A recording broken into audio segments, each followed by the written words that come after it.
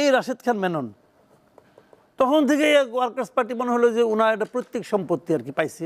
একই জিনিস জাসদ শেষ দিকে হাসানুল হক ইনুর প্রত্যেক সম্পত্তি হয়ে গেছিল, ব্যক্তিগত সম্পত্তিতে পরিণত হয়েছিল।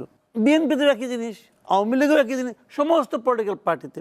খালি যেন জামাতটাতে আমি একটু চেঞ্জ দেখি। আমি হাসনাত আবদুল্লাহ বক্তব্য শুনেছি, আমার কাছে খুবই ভালো লাগছে। পরিবারতন্ত্রের রাজনীতির কি কবর রচিত হতে যাচ্ছে বা হওয়ার সম্ভাবনা আছে কিনা?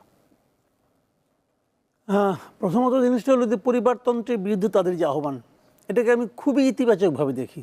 খুবই আমি মনে করি এটা হওয়া উচিত। মানুষ যদি জানে যে আমাকে সারা জীবন কর্মী হয়েই থাকতে হবে, স্লোগান দিয়েই চলতে হবে, তাহলে সেই রাজনীতিতে মানুষ আসবে কেন? তারও তো আকাঙ্ক্ষা থাকতে পারে। আবার পরিবারতান্ত্রিক কিন্তু অন্য জিনিসও আছে। আরেকটা জিনিস আমি বলি, পরিবারতান্ত্রিক ব্যাপারটা হলো যে বাবার ছেলে হবে, সেই ছেলেই রাজা হবে, সেই প্রধানমন্ত্রী হবে, সেই দলের প্রধান হবে। এটা যে পরিবারতন্ত্র, এটা কি করে? এটা সাধারণ কর্মীকে নিরুৎসাহিত করে। তাকে বলেই দেয় যে তুমি হলে গিয়ে প্রজা আর আমি হলাম গিয়ে রাজা, তোমার দায়িত্ব হলো আমাকে জিন্দাবাদ বলা। তো এটা ঠিক না, এটা গণতন্ত্রের এটা মূল বক্তব্য নয়। আমাদের এখানে আরেকটা পরিবারতান্ত্রিক না, কিন্তু আরেকটা এরকম একটা ঘটনা আছে। সেটা হলো গিয়া যত দল দেখবেন আপনি, দলের যারা প্রধান হন ওনারা প্রধানের পদ ছাড়তে চান না, কেউ না। দেখেন আমরা যখন স্টুডেন্ট ছিলাম তখন দেখতাম এই রাশেদ খান মেনন, তখন থেকে ওয়ার্কার্স পার্টি মনে হলো যে ওনার একটা প্রত্যেক সম্পত্তি আর কি পাইছে, ওটা উনি জীবনে ছাড়বে না, ওইটা নিয়ে এসে আছে। তো এই পার্টি কীভাবে সম্ভব? এবং একই জিনিস জাসদ শেষ দিকে হাসানুল হক ইনুর প্রত্যেক সম্পত্তি হয়ে গেছিল, ব্যক্তিগত সম্পত্তিতে পরিণত হয়েছিল। তো এরা কিন্তু কেউ ছাড়ে না, ছাড়ার কোনো ইতিহাস নাই। দিনের পর দিন ইলেকশন করে, ইলেকশনে মিজারেবল রেজাল্ট করে, পথ ছাড়ে না, সেই থাকবে। আবার বিএনপিতে একই জিনিস, আওয়ামী লীগেও একই জিনিস, সমস্ত পলিটিক্যাল পার্টিতে। খালি যেন জামাতটাতে আমি একটু চেঞ্জ দেখি। এরা আমার মনে হয় তুলনামূলকভাবে গণতান্ত্রিক। বিদেশে দেখবেন নির্বাচনে দল হাইরে গেছে, দলীয় প্রধানের পদ থেকে তাকে সরে যেতে হচ্ছে। ইংল্যান্ডে দেখেন আপনি। তো এটা কিন্তু এতটুকু সৌজন্যতা বোধ আমাদের দেশে নাই। আমাদের দেশে ম্যাক্সিমাম ক্ষেত্রে দলীয় প্রধান কখনো পদ ছাড়বেন না। তো এটা কিন্তু পরিবারতন্ত্রের চেয়ে খুব বেশি কিছু ভালো তাও আমি মনে করি না। তো এই ব্যাপারে ওদের যে বক্তব্যগুলি, আমি হাসনাত আবদুল্লাহ বক্তব্য শুনেছি, আমার কাছে খুবই ভালো লাগছে। আমি মনে করি এই ধরনের পলিটিক্যাল পার্টি আসা উচিত যারা নাকি এই চেঞ্জটা। এবং আমি এখানে আরেকটা চেঞ্জ দেখছি, দেখেন যে নাহিদ ইসলাম যে দল থেকে আসছে সেই দলের মূল লোক ছিল আখতার হোসেন, তাই না? সেই তো মূল দলটা তো সেই করছে, এই নূরদের ওখান থেকে বেরিয়ে যে ছাত্রশক্তি, এবং সেই দলের তার সদস্য সচিব ছিল নাহিদ ইসলাম।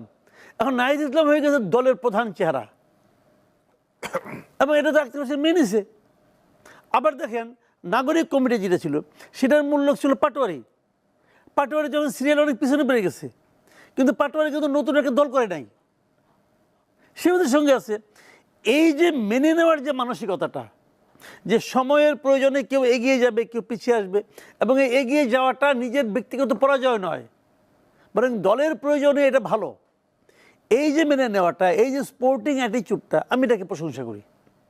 খুব ভালো একটা তারা সিদ্ধান্ত নিয়েছে এবং তারা এটা ভালো কাজ করেছে। আমি মনে করি বাংলাদেশের যারা সিনিয়র পলিটিশিয়ান যারা আছেন, যারা অন্য অন্য পার্টিতে আছেন, তাদের এখান থেকে শিক্ষা নেওয়া উচিত যে এই ছোটো ছোটো ছেলেরা পারছে দেখাইতে, তোমরা তো পারতেছো না। তো এটাকে আমি সাপোর্ট করি। যে জনাব সাকিব, এই পরিবারতন্ত্র সাথে যে প্রশ্নটা আপনার করতে চাই, সেটা আপনি বারবার বলেছেন, দীর্ঘদিন ধরে বলে আসতেছেন যে আপনারা গণতান্ত্রিক রূপান্তর চান, বহাল ব্যবস্থা বাদ দিয়ে আমরা আপনারা যে এটার জন্যে যে রাজনৈতিক দলগুলো আছে, আপনি বলেছেন যে সবাই একটা পলিটিক্যাল শিফটের জন্যে অ্যাগ্রি করেছে।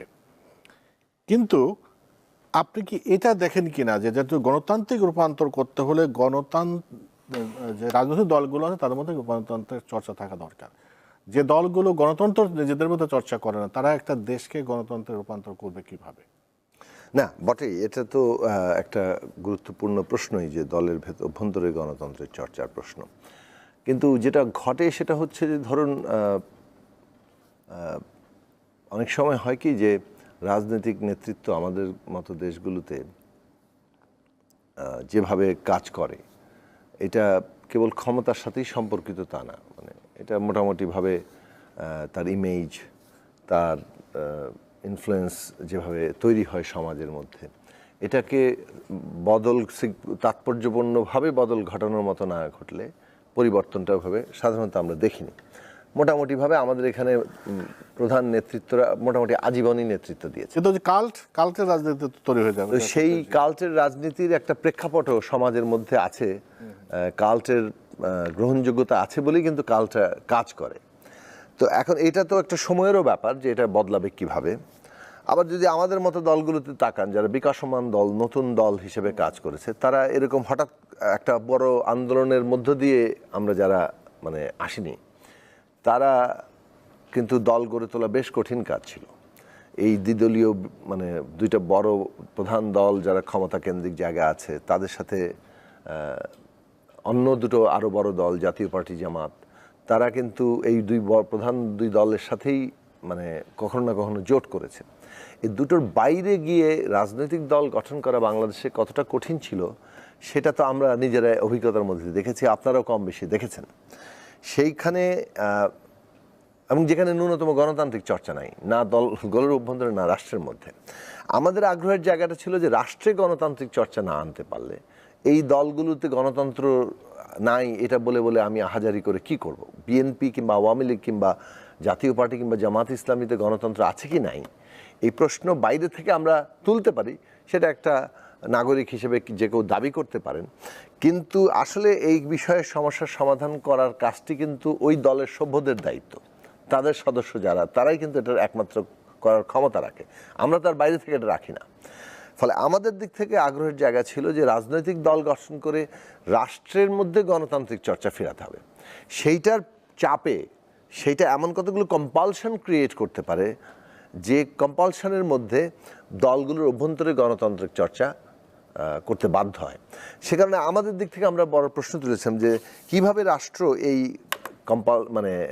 দলের অভ্যন্তরে গণতন্ত্র চর্চা তৈরির চাপ সৃষ্টির বদলে উল্টো দলের অভ্যন্তরে স্বৈরতন্ত্র কিংবা এরকম ব্যক্তিকেন্দ্রিক নেতৃত্বকে সহায়তা করে। একটা উদাহরণ দিই, তার মধ্যে ধরেন আর্টিকেল 70।